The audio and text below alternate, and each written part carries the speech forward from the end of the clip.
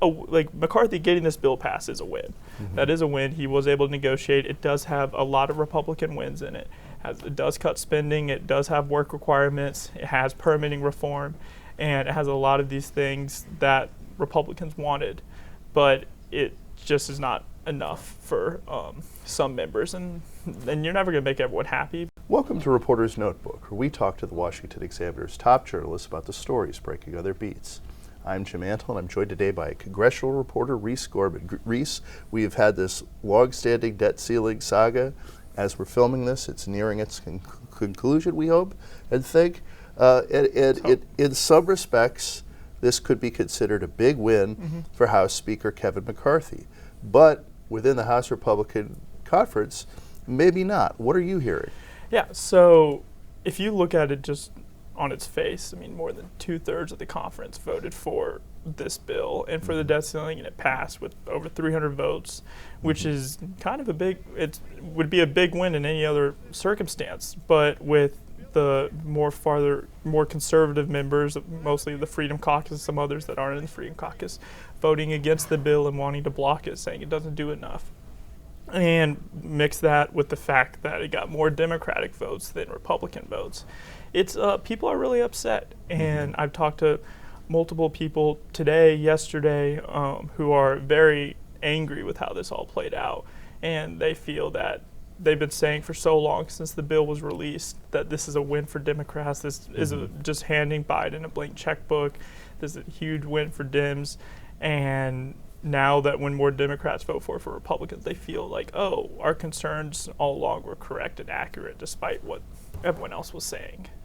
Right, it's an interesting dynamic. So Kevin McCarthy becomes Speaker after 15 votes. He makes concessions to various members of the House conservative faction. Some of them ended up with fairly important committee assignments, but having a major piece of legislation pass with more Democratic than Republican votes, sort of the opposite of what a lot of those conservative lawmakers were hoping for, no? Yeah, no, it is for sure. They were wanting, look, the bill they passed the bill at the end of April called the Limit Save Grow Act, which raised the debt ceiling, made substantive cuts, spending caps to a bunch of government spending programs, and had really strict work requirements in there for welfare services. And that's what they wanted. That was the baseline. And they're like, we're not going to deter from what we've already passed. Now, that had no chance of passing. That was never going to happen. Couldn't make it through the Senate. It couldn't make it through the Senate. Right. Biden would veto it anyways. It was just something for them to do, to be like, hey, look, we did this, now you got to come to the table with us, which is what happened. And because they passed that bill, Biden came to the table and negotiated what then became the Fiscal Responsibility Act.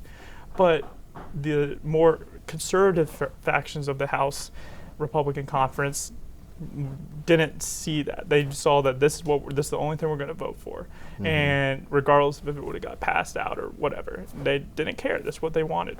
Right. I mean, in some ways, it's similar to what happened among the Democrats, you know, in the first couple of years of the Biden administration, where for some progressives, Build Back Better was the compromise from the Green New Deal. Yeah. Right, and then so you get the Inflation Reduction Act, which they did pass, but you get that, and that's even smaller than Build Back Better. So not very happy. Except the big difference is Democrats vote for government spending in whatever form they can get it. Yeah. Republicans defect. And Republicans are they're okay with bucking leadership and rebelling wherever they see fit. They see that's what their purpose of being in Congress is to do, And to your point about Democrats, I think a lot of people, they get mad. They kind of want to get rid of the good for the perfect when it's not possible. So I think that's just going to be a waiting game and see. But this is like McCarthy getting this bill passed is a win. That is a win. He was able to negotiate. It does have a lot of Republican wins in it. It does cut spending. It does have work requirements. It has permitting reform, and it has a lot of these things that Republicans wanted.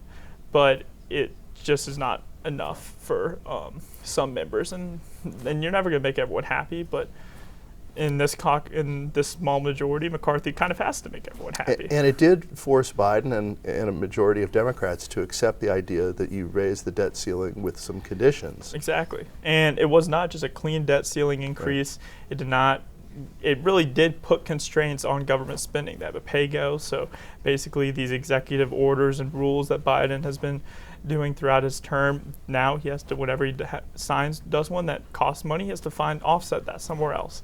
So that's a win. They have permitting reform.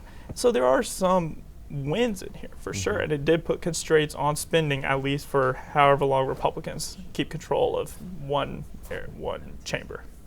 So what's next? I mean, a phrase that I think a lot of people are going to become very familiar with in the coming weeks is motion to vacate the chair. Yeah. Is Kevin McCarthy's speakership in trouble? Well, so I think it's kind of hard to tell right now. People have obviously, one person in particular, Dan Bishop, was saying that he was openly saying, I wanted motion to vacate. Right. And this was before the bill even went to the floor.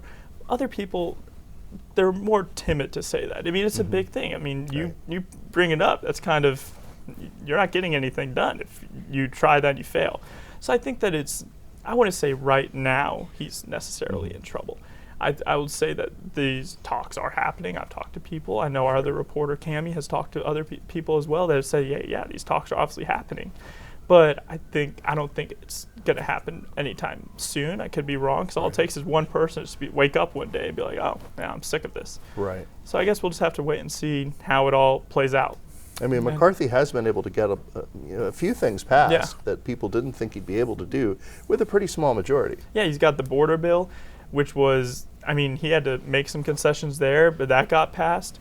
He got the energy bill, I forgot the name of it, but HRES 1. Right. He got that through, and they were able to overturn this DC crime bill, which actually Biden signed into law. And so, I mean, they have gotten some wins, but this was something that I think has just angered a lot of people, because they saw it as a chance to really get a huge win, because they had the leverage of up into the X date, which is January 5th. So they had all the way up into there. They knew that they kind of had the administration pinned up against a wall.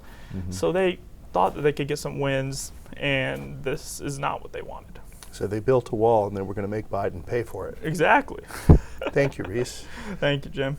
You could read Reese and the rest of our political team's coverage at washingtonexaminer.com.